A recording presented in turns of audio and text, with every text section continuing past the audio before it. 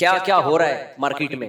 اس میں تبلیغ کے بزرگوں کا قصور نہیں, ہمارا قصور ہے نا. انہوں نے تو بیچاروں نے اتنا اچھا سیٹ اپ بنا دیا, اب آپ اس کو غلط یوز کر رہے ہو. چونکہ بہت سے لوگ غلط یوز کر رہے ہیں, اس لیے میں بتا رہا ہوں. بہت سے لوگ اس چکر میں جاتے ہیں کہ ہم نے بیوی بچوں کی ذمہ داری سے جان چھڑا کے بھاگو, وہاں فری کا تو وہاں بھی نہیں ملتا لیکن سستے میں مل جاتا ہے.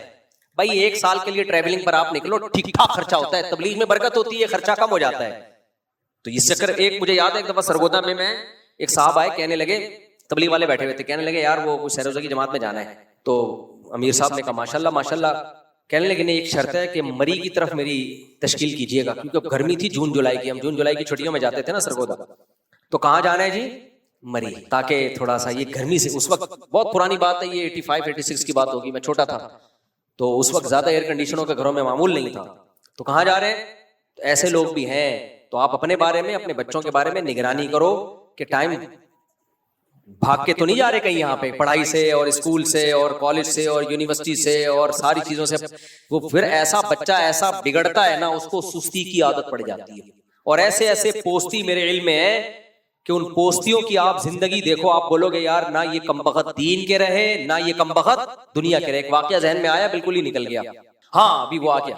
ہوا یہ کہ ایک پرانا واقعہ, یہ قریب 7-8 سال ہو گئے ہوں گے اس واقعے کو. وہ بندہ کیا تھا کہ جی اس کو ضرورت تھی, اس کی, غریب آدمی تھا. میں نے اس کے ساتھ تھوڑا تعاون کیا, ہر مہینے میں کچھ تعاون کرتا تھا. تو پھر میں نے اس کو بولا یار تم جوان آدمی ہو, تمہیں زکوٰۃ کے پیسوں پہ نہیں پلنا چاہیے, میں تمہیں 1-2 ریڑیاں خرید دیتا ہوں, تم ٹماٹر خربوزہ وغیرہ لگاؤ. اس نے کہا ٹھیک ہے جی. میں نے اس کو زکوٰۃ سے ریڑھی خرید کے دے دی. کسی نے دیے ہوئے تھے زکوٰۃ کے پیسے, مجھے کوئی مستحق ملے, میں نے کہا یہ بہترین مستحق ہے, اس کو 2 ریڑیاں میں نے اس کو خرید کے دے دی. بھائی تو اب یہ ریڑیاں لگا, اور کچھ پیسے دے دیے پہلی دفعہ ٹماٹر لانے کے لیے. ٹماٹر تھا, خربوزہ مجھے یاد نہیں, میں نے کہا یہ بیچتے ہیں اور کماتا جائے. اللہ کا فضل ہے, اس کا کام چل پڑا. 2-4 مہینے تک نہیں آیا. وہ کہہ رہا ہے, میں نے فون کر کے پوچھا, کہہ رہے میرا کام چل گیا. ماشاءاللہ مجھے بڑی خوشی ہوئی. ایک دن کیا ہوا, وہ کہیں میں بیٹھا ہوا ہوں کہیں کھانا پینے کے لیے, پہلے میں آؤٹنگ کے لیے نکلتا تھا, اب تو بہت مشکل ہو گیا. مجھے کہیں نظر آیا, میں نے کہا یار بہت دن سے تم سے رابطہ نہیں ہوا. کہہ رہا ہے مفتی صاحب میں 4 مہینے کے لیے تبلیغ میں گیا ہوا تھا, اب آیا ہوں ماشاءاللہ. میں نے کہا واہ واہ, ملا میں زبردست. مجھے خیال ہوا کہ اب اس کے پاس اتنا پیسہ اکٹھا ہو گیا الحمدللہ کہ بیوی بچوں کو بھی دے کے جا رہا ہے, گھر میں بھی دے کے جا رہا ہے, اور 4 مہینے کے لیے بھی بولو نکل رہا ہے. میں نے کہا ماشاءاللہ ویل ڈن. یہ واقعہ میں یہ کہانیاں سنانے کے لیے یہاں نہیں بیٹھا ہوں, یہ ہو رہا ہے مارکیٹ میں. اچھا بات آئی گئی ہوگی. میں نے کہا ماشاءاللہ اللہ نے بہت دیا ہے, تبھی تو نکل گیا. 2-4 دن کے بعد میرے پاس آیا, وہ ایک بات کرنی تھی آپ سے, یوں کر رہے ہیں. میں نے کہا کیا بات؟ کہ یار وہ اصل میں چونکہ تبلیغ پہ گیا تھا نا, اس دوران دھندا وندہ تو کوئی ہو نہیں سکا, تو آپ نے ریڑیاں دی تھی, تو ایسا ہے کہ وہ نا تھوڑے سے پیسے مل جائیں گے. میں نے کہا مجھے شکل دکھائی نا, کوئی اور مسئلہ ہوتا نا تو فلم دیکھنے نکل جاتا نا, فلم دیکھنے, اللہ معاف فرمائے, چرس میں لگ جاتا. میں کہتا برائی میں پڑ گیا, پیسے اڑا دیے, تو میں سوچ سکتا تھا تو گیا کیوں تبلیغ میں؟ تبلیغ کیا اپاہج بنانے کے لیے, لوگوں کو بھکاری بنانے کے لیے کیا؟ بات تو سکھایا جا رہا ہے اللہ سے مانگو, اللہ کے غیر سے کچھ بھی نہیں ہوتا. یعنی یہ تو دین کو تم بدنام کر رہے ہو نا. 4 مہینے لگا کر آ کے بھیک مانگ رہے ہو کہ 4 مہینے کام دھندا نہیں کر سکا. اس سے بہتر ہے بھائی تو ٹماٹر کی ریڑھی لگا لیتا, نہ مچ جاتا, سیروزے میں بھی مچ جاتا. بھیک مانگنا کیا ہلکا جرم ہے کیا اسلام میں؟ تبلیغ تو سکھاتی ہے انسان کو استغنا. جہاں تبلیغ انسان کو بھیک مانگنا سکھا رہی ہو, ایسی تبلیغ کیا ہے بولو؟ حرام ہے, ناجائز ہے. وہ تبلیغ کے اکابر بھی روک دیتے اس کو, اگر پتا ہوتا نا اس کمبخت نے جا کے. اب لوگ تبلیغ والوں کو بدنام کرتے ہیں. بھائی ان بزرگوں کو کیا پتا اس کے بارے میں؟ وہ تو اتنا استغنا سکھاتے ہیں کہ دوسرے کے خرچے پہ سیروزے کی جماعت میں نہیں آپ کو نکلنے دیتے تبلیغ والے. آپ کسی کو پیسے دے کے جماعت میں نکالو, کہیں گے نہ, کوئی بالکل پابندی ہے. تبلیغ میں تو اس کو بھی پسند نہیں کیا جاتا. آپ سیروزے کے لیے نکلے ہو, لوگوں کی دعوتیں جا کے پھوڑنا پھاڑنا شروع کر دو, اس کو برا سمجھتے ہیں وہ لوگ. یہ جو دعوتوں کا ماحول چل رہا ہے نا, جماعتیں آتی ہیں, لوگ دعوتیں, تبلیغ میں اکابر اس کو پسند نہیں کرتے, بولے ان کا اپنے خرچے پہ کھاؤ.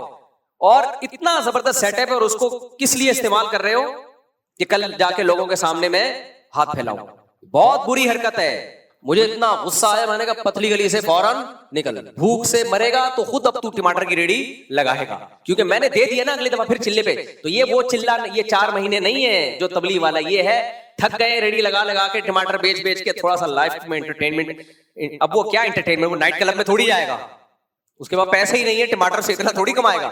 تو کہتے چلو یار تبلیغ میں تھوڑا سا ماحول چینج کرنے سے بھی تو تھوڑا سا انٹرٹینمنٹ ہو جاتی ہے نا, تھوڑا انٹرٹین کرتا ہے انسان کو سفر بھی. تو یہ وہ والا تبلیغ ہے. تو ایسے میں نے دیکھے کچھ بچے جو پڑھائی سے جان چھڑانے کے لیے کہاں جا رہے ہوتے ہیں, تبلیغ میں شوہر بیوی کے نان نفقے اور روز کی چک چک سے جان چھڑانے کے لیے کہاں جا رہا ہوتا ہے؟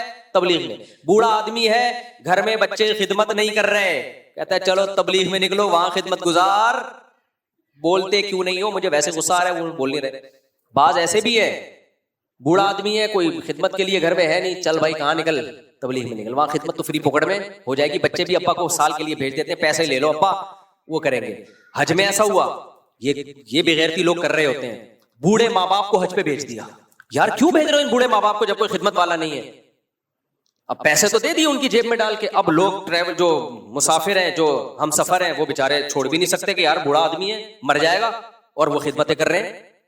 یہ کون سا حج ہے بھائی؟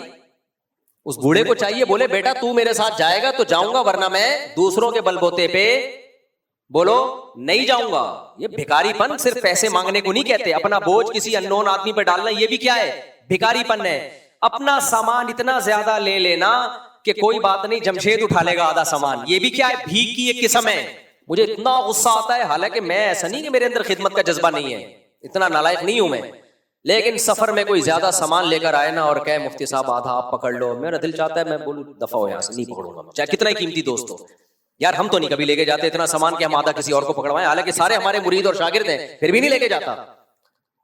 ہاں کوئی خود سے خدمت کر لے ٹھیک ہے, آپ اتنا, کیونکہ پھر کیا ہے اٹھائے جا نہیں رہے تو نتیجہ کیا نکلے گا؟ جمشید تو اٹھائے گا, پھر جمشید کیا کرے گا؟ پھر آپ کا سامان اٹھائے گا. وہ کہے گا یار اگر نہیں اٹھایا تو وہ بولیں گے دیکھو. اب لوگ بوڑھے آدمی کی پھر خدمت تو حاجی لوگ کریں گے, کہیں گے یار ہم اس بوڑھے کو یہاں مرنا چھوڑ دیں, پتہ نہیں ہمارا حج قبول ہو یا نہیں ہو.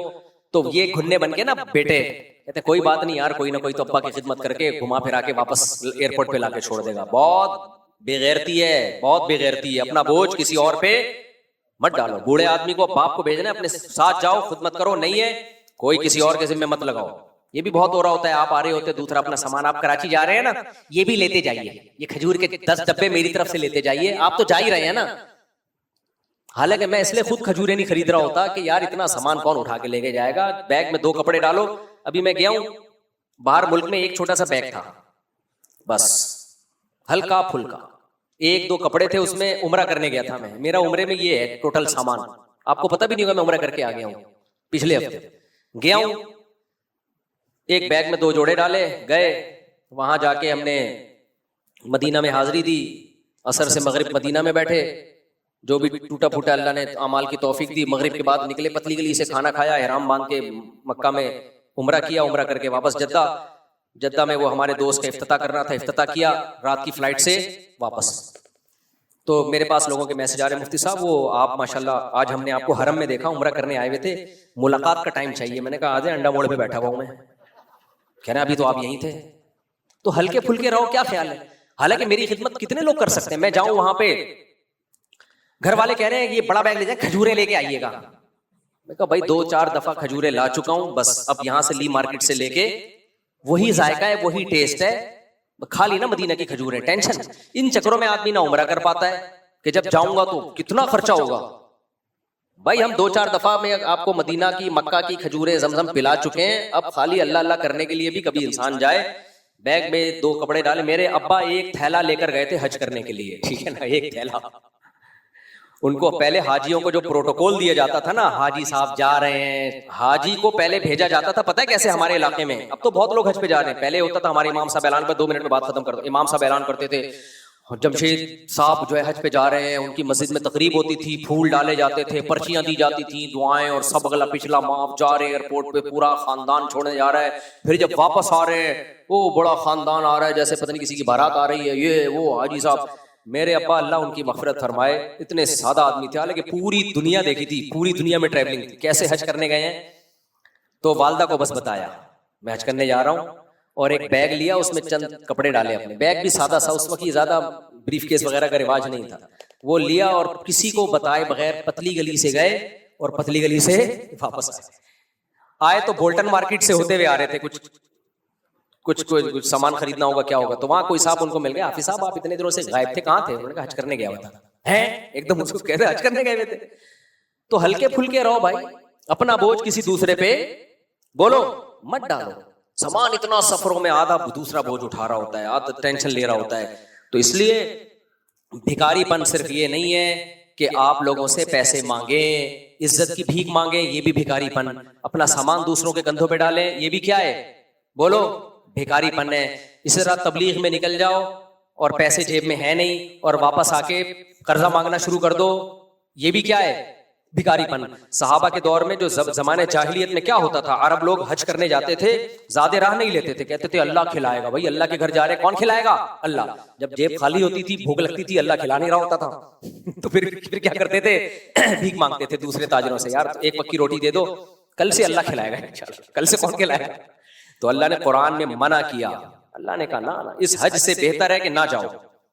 وَتَزَوَّدُوا فَإِنَّ خَيْرَ زَادِ التَّقْوَىٰ. استطاعت اگر نہیں ہے تو حج مت کرو. حج میں استطاعت کا کیا مطلب ہے؟ علماء نے اجماعی مسئلہ یہ کہ آپ کے پاس اتنے پیسے ہوں, جا بھی سکو, آ بھی سکو, اپنے خرچے پہ کھا بھی سکو. پاکستانی عمرہ کرنے, حج کرنے جا رہا ہے, اس کو پتا ہے وہاں عربوں کے دسترخوان لگے ہوتے, کھانا تو فری کا ہو ہی جائے گا. تبھی سعودی حکومت پکڑ پکڑ کے نکال رہی ہے. اپنے خرچے پہ کھانا بھی کھا سکوں گا, جاؤں گا بھی, آؤں گا بھی, اور اس دوران بیوی بچوں کا بھی نان نفقے کا انتظام کر کے جاؤں گا. جس کے پاس یہ طاقت نہیں ہے اس پہ حج فرض نہیں ہے, بلکہ جانا جائز ہی نہیں ہے. کیونکہ زمانے جاہلیت میں ایسا حج ہوتا تھا, وہ جاتے تھے اور پھر کیا کر رہے ہوتے تھے؟ جب بھوکا مل تو بھیک مانگتے. تو اللہ نے فرمایا فَإِنَّ خَيْرَ الزَّادِ التَّقْوَىٰ. تَزَوَّدُوا, زاد راہ لے کے جاؤ, کیونکہ سب سے بہترین زاد راہ تقوی ہے. حج پہ جا کے بھیک مانگی, تقوی گنوا کے آ گئے, ایسے حج کا کوئی فائدہ نہیں ہے. تو اسلام استغنا سکھاتا ہے, بھائی سر اٹھا کے جینا سیکھو. جہاں ضرورت ہو ایک الگ بات ہے, ضرورت ہو تو ایک الگ بات ہے, لیکن سر اٹھا کے جینا سیکھو. سمجھتے ہو کہ نہیں سمجھتے ہو؟ تو آج دینداری کا لیبل لگا کے جو الٹے کام ہوتے ہیں اس پہ کھوپڑی کیا ہوتی ہے؟ گھومتی ہے. تو تبلیغ میں نکلنے سے محنت کا جذبہ پیدا ہونا چاہیے, کھلانے کا جذبہ پیدا ہونا چاہیے, اور ہر طرح کی محنت کا. تو پھر تبلیغ فائدہ پہنچا رہی ہے. لیکن جا کے سست بن کے آ رہے ہو, موٹی موٹی گردن لے کے آ رہے ہو, کھا کھا کے سو رہے ہو, صبح فجر کے بعد سوئے, ظہر میں اٹھے, ظہر کے بعد سوئے, عصر میں اٹھے. اور ماشاءاللہ ہمارے ایک استاذ بڑے مزاحیہ تھے, وہ تبلیغ میں گئے, تھوڑا صحت مند ہو گئے. وہ تو واقعی صحت مند ہو گئے, برکت بھی ہوتی ہے تبلیغ کی, وہ سستی کی وجہ سے نہیں ہوئے تھے. میں نے کہا استاد جی بڑے موٹے ہو گئے آپ سال لگا کے. کہتے ہیں یار دو فکروں سے انسان دبلا ہوتا ہے, ایک آخرت کی فکر سے, ایک دنیا کی فکر سے. میں جب تبلیغ میں نکلا تو آخرت, دنیا کی فکر تو ختم ہو گئی, آخرت کی پیدا ہو نہیں سکی. تو دونوں فکریں کیا ہو گئی؟ ختم. تو موٹا ہو گیا. تو یہ بے فکرہ تھوڑی بننا ہے. اللہ تعالیٰ عمل کی توفیق